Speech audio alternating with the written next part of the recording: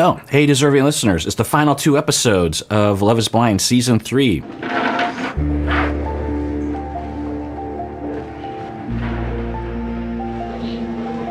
know, sir, my G. Hey, come in here, bro. Hey, you're good, my guy. You're a good man, dude. You're a good man, bro. That was rough trying to you as well. All right, so people are being nice to him and consoling him. No one's telling him not to cry, which is nice. They're saying you're a good person, you know, don't believe what she's saying or whatever. So that's good, and he's crying.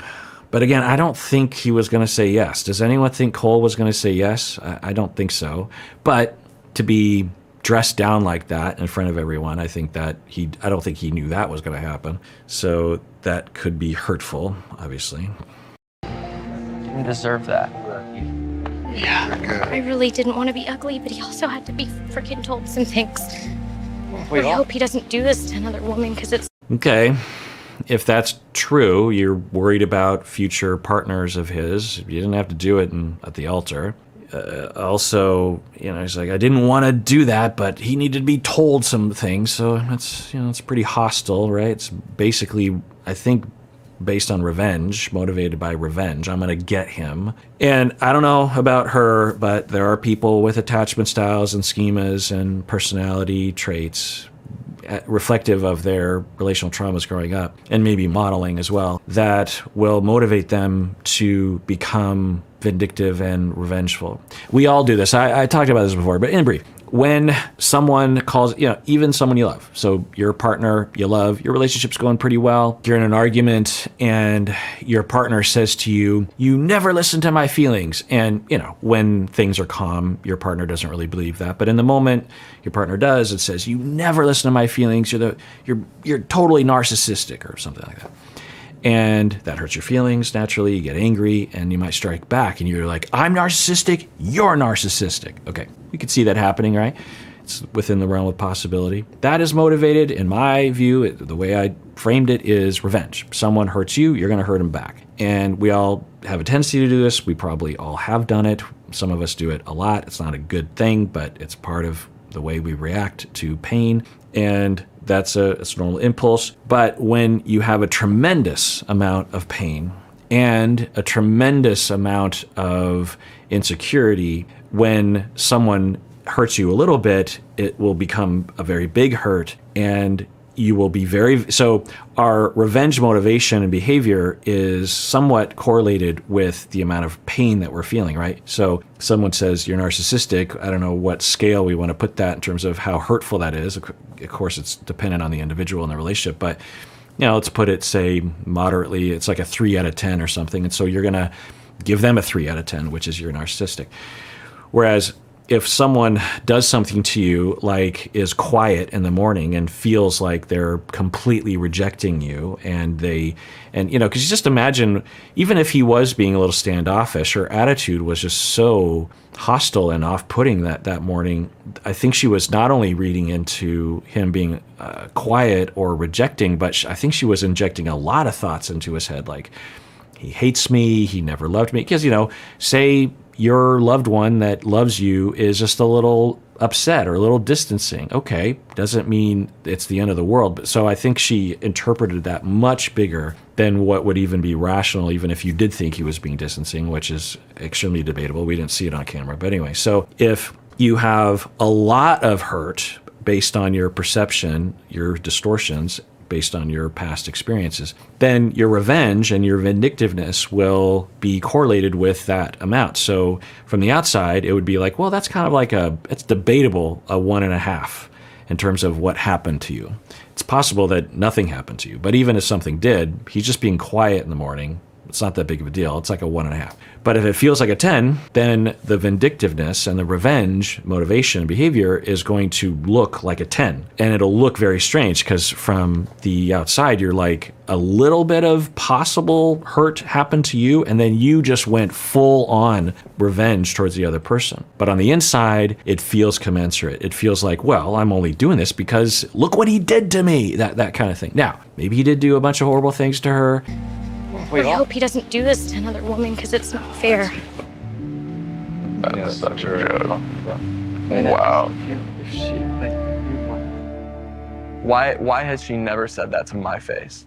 And she chose now because she knew it would hurt more in front of all of my friends and family. Yeah. I mean, that's certainly the way it looked. I mean, she hinted at it, I guess, but certainly didn't reveal all that stuff. But yeah, it's like, why would you wait until now? You could have just said no, and we could have had a private conversation afterwards. You could, or even away from the cameras. But yeah, from his perspective, it could feel particularly bad, right? It's like, wow, you hate me that much.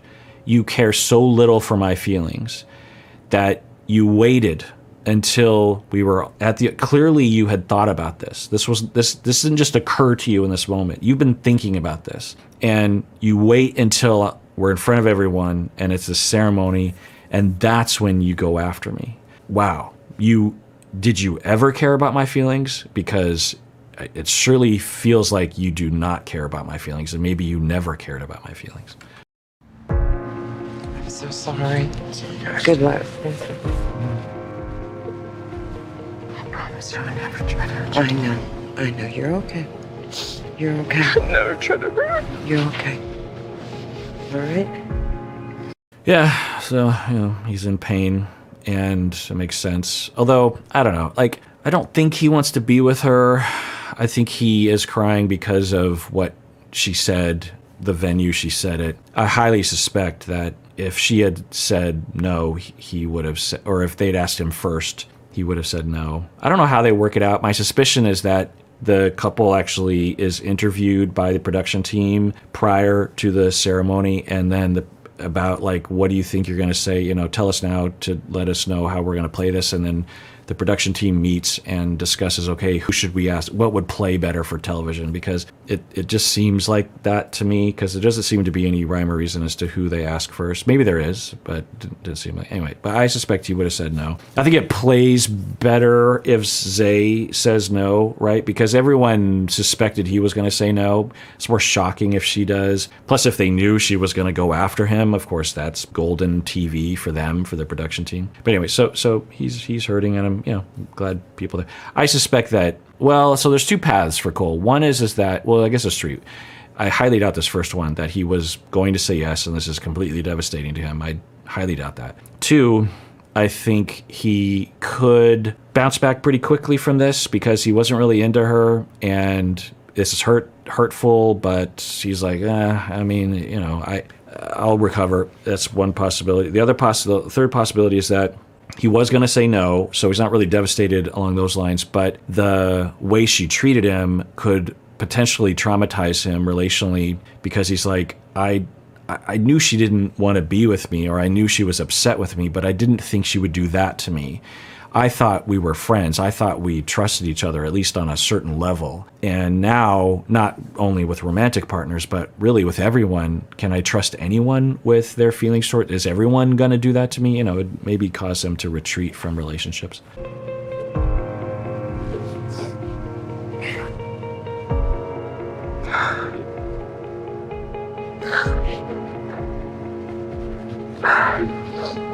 I love that all the guys are just hugging him. It's like, there's no, don't cry. There's no, everything's going to be okay. There's no, you're good. When someone's crying, in all likelihood, they just want you to hug them. They just want you to be there. Just sit by them. Crying is healthy. It gets it out.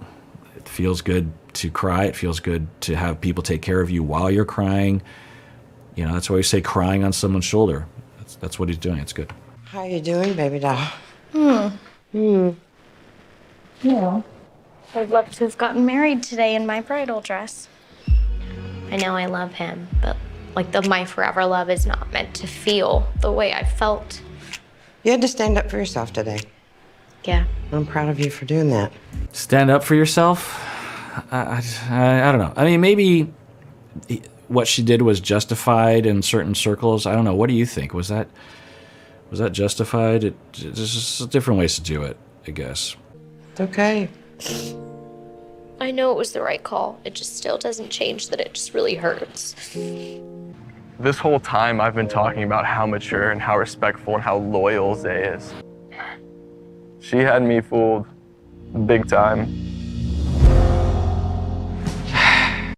I don't know, but I suspect what he's referring to is as a friend. I thought she was loyal as a friend. I didn't think she would do that to me, you know? I don't think he's saying I thought she was going to say yes. I don't suspect he thought that. But I think he thought, because there was that conversation with the bipolar, and that whole conversation seemed pretty forced at the end, where they're like, yeah, I mean, we'll say yes, right? We might, maybe, you know.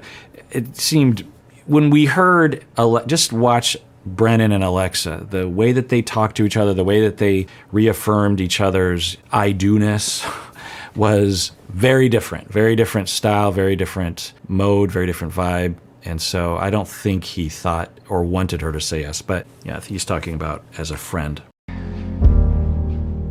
I knew we're not perfect, but that?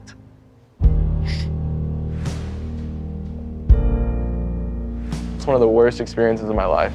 Yeah, so I think he's referring to it as like, yeah, look, I know we're not perfect, i.e., I knew we weren't going to spend the rest of our lives together, but that, like, I thought we would just, you know, maybe a little complaining behind the scenes or even on the camera after the ceremony, but I didn't think she would just blast me and call.